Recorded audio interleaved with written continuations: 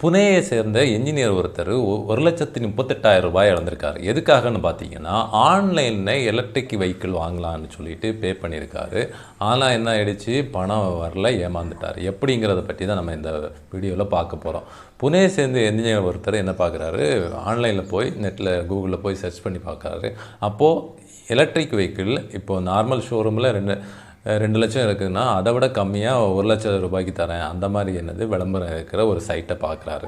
அதில் போய் பார்க்கும்போது என்னது ஆன்லைன்லேயே நீங்கள் பே பண்ணலாம் அப்படின்னு இருக்குது. அதை பார்த்துக்கிட்டு என்ன பண்ணுறாரு, 3 தவணைகளில் என்ன பண்ணுறாரு, 1,38,000 ரூபாயை அனுப்பி விடுறாரு. அதுக்கப்புறம் வெஹிக்கிள் வந்துடும், எலக்ட்ரிக் வெஹிக்கிள் அனுப்பிடுவாங்கன்னு சொல்லிட்டு வெயிட் பண்ணிகிட்டு இருக்காரு. ஆனால் என்ன ஆகலை, வெஹிக்கிள் வரலை. அதுக்கப்புறம் தான் அதை போய் சர்ச் பண்ணி பார்க்கும்போது தான் அவருக்கு தெரிய வருது, அது ஃபேக்கான சைட்டு, இவர் கொடுத்த பணமும் ரிட்டர்ன் வராதுங்கிறது தெரிய வருது. இப்படி ஆன்லைனில் ஒரு ஃபேக்கான வெப்சைட்ஸ் க்ரியேட் பண்ணி நிறைய விதங்கள் ஏமாற்றிட்டு இருக்காங்க. இவர் கேஸில் எலக்ட்ரிக் வெஹிக்கிள் விற்கிறது மாதிரி ஏமாத்துறாங்க. அதே மாதிரி ஆன்லைனில் நிறைய ஃபேக்கான சைட்ஸ் இருக்குங்கிறத நீங்கள் தெரிஞ்சுக்குங்க.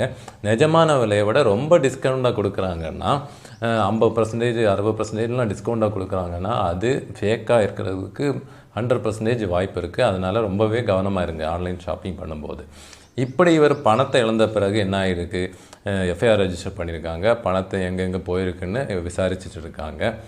இப்படி உங்களுக்கு ஒரு நிகழ்வு நடந்ததுன்னா முதல்ல இந்த மாதிரி போய் ஏமாறாதீங்க. அப்படியே ஏமாந்துட்டிங்கன்னா எவ்வளவு சீக்கிரம் முடியுமோ பணத்தை அனுப்புன 24 மணி நேரத்துக்குள்ளே 1930ங்கிற சைபர் கிரைம் ஹெல்ப்லைன் நம்பருக்கு ஃபோன் பண்ணி இன்ஃபார்ம் பண்ணிங்கன்னா அந்த பணத்தை ஃப்ரீஸ் பண்ணிவிட்டு ரீஃபண்ட் பண்ணுறதுக்கான வழியே பார்ப்பாங்க. இல்லை ரொம்ப நாள் தாண்டி தான் நீங்கள் அப்படி பண்ணக்கூடாது, அப்படியே இருந்தாலும் டிலே ஆகிடுச்சு, உங்களுக்கு தெரில, நீங்கள் ஏமாந்துறது தெரியல, அப்படி இருக்கிற சுச்சுவேஷனில் என்ன பண்ணலாம், www.cybercrime.gov.inங்கிற வெப்சைட்லேயே நீங்கள் கம்ப்ளைண்ட் ரெஜிஸ்டர் பண்ணலாங்கிறத நீங்கள் தெரிஞ்சுக்கோங்க.